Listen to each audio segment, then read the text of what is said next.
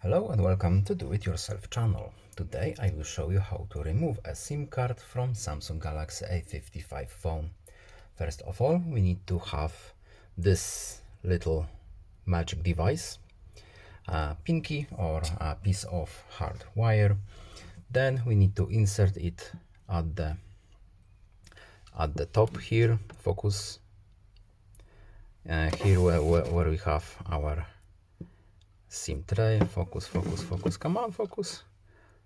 It's hard to focus on this part. And then we can safely remove our SIM card tray, and we can remove SIM card 2. Next, we need to insert our tray back to the slot where it was and push it until it fits, and it's done. So I hope this video was helpful to you. Please leave a like and subscribe. Have a nice day and see you in the next video. Bye.